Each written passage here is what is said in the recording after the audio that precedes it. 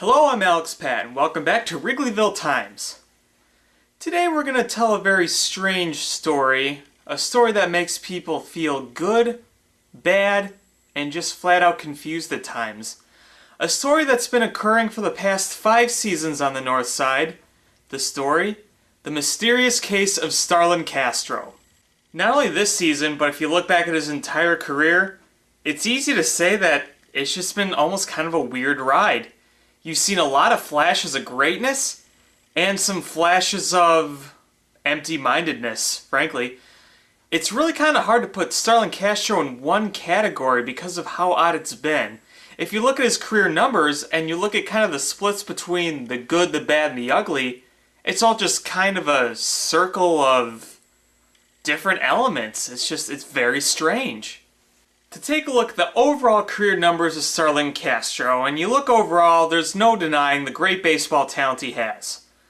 His overall slash line in the MLB since 2010 when he came up is 283, 323, 405. So we know about Starlin Castro. He's overall a good hitter. He gets a lot of hits, usually around 177 per season. And that's the average taken of full seasons he's played and how many hits he's gotten. We're not counting this year. We're not counting his first year, even though it was close to a full season. If you look at the full seasons, on average, around 177 hits. And that's pretty good. And in his full career, he's got 916 hits, and he's closing into 1,000 career hits, already at the age of 25. That's pretty remarkable. We also know that Starlin Castro doesn't really strike out a lot. His career BABIP is 323. But also at the same time, we know that Starlin Castro does not get on base very much. He doesn't walk a lot. He's also not known for having power. His career high in home runs is 14, and he had that in 2 seasons. Heck, if you want to look at his rookie year too, you could also look at some pretty impressive numbers. A slash line of 300, 347, and 408 in 125 games. That's pretty good for a rookie. He was only about 20 years old. We remember that great debut he made in Cincinnati where he hit a home run in his first Major League at-bat and had 6 RBIs overall in that game.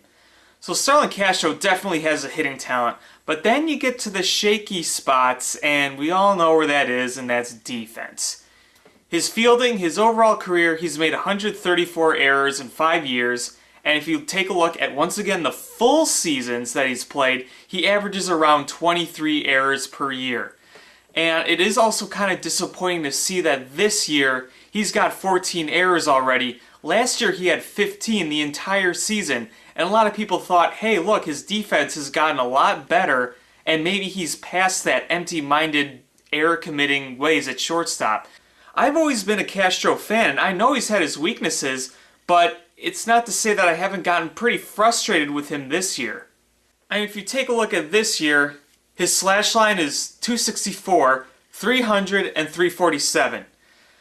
Now, those numbers aren't terrible, but they're not where you want them to be. Starlin Castro throughout his career has been around the 280, 300 hitter, aside from that one really horrific season he had in 2013.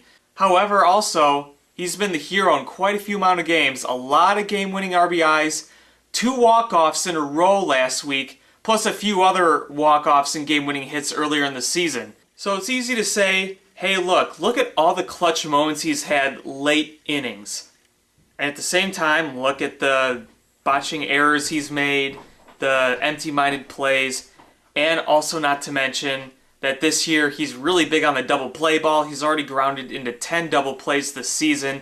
We all know he's not like a big power hitter. He's not going to drive the ball a lot, but you still don't want him grounding into a lot of double plays. He's never hit more than 21 double plays in a season, and if it keeps going at the same pace, he'll well pass his career high in double plays grounded into. Now, him being on the trading block, the trading talk has been talked since the season started. Some people would argue that he's just not capable of playing in the Theo Epstein regime, that he's not part of this regime because he was, under Jim Hendry and all. But at the same time, the talent that this kid has, it's like you don't want to give up on that either. Yes, he's a below-average fielder and probably not cut out to be a shortstop by the end of his career, but to give that kind of talent away, the Cubs, they've done that before and they've regretted it. I'm not going to go on that rant again, but it's certainly something to keep in mind. Now, some people could take it to the extreme. There's a lot of blame Castro, it's his fault kind of things. And of course, it's kind of turned into almost a running joke, being blamed for everything. We know what that's like in the city of Chicago with blaming this kind of people. But in all seriousness, you know, Starlin Castro is at fault for a number of other things. To start off, he was responsible for the Great Chicago Fire. He was also responsible for naming Sears Tower to Willis Tower. We all remember the time he started smoking with Jay Cutler.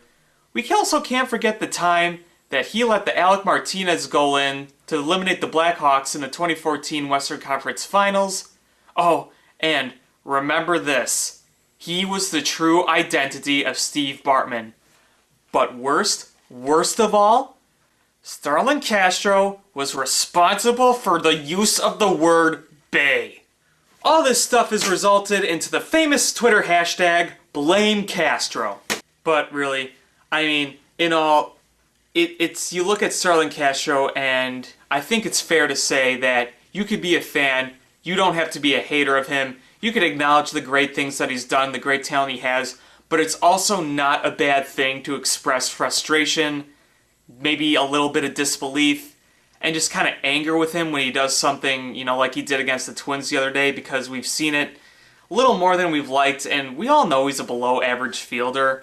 I mean, it is natural to criticize for mistakes like that. So the future for Starlin Castro, it's not really set in stone. Could he be in another position in the near future? Could he be on another team in the near future? Would it be smart to deal him in the near future? For me, it's really just kind of hard to say. I'd really hate to give up this hitting talent he has, but if somehow something worked out, then, you know, who knows? But right now, I think, until then, we just gotta wait and see what happens and hope that Castro can really find that consistent niche at the plate that he's had in past seasons, around 200 hits, and hey, he's very close to 1,000, and we'd hope to see that this season. I'm Alex Paff, Wrigleyville Times, and if you'll excuse me, there's a little more celebrating left to be done here in the city of Chicago.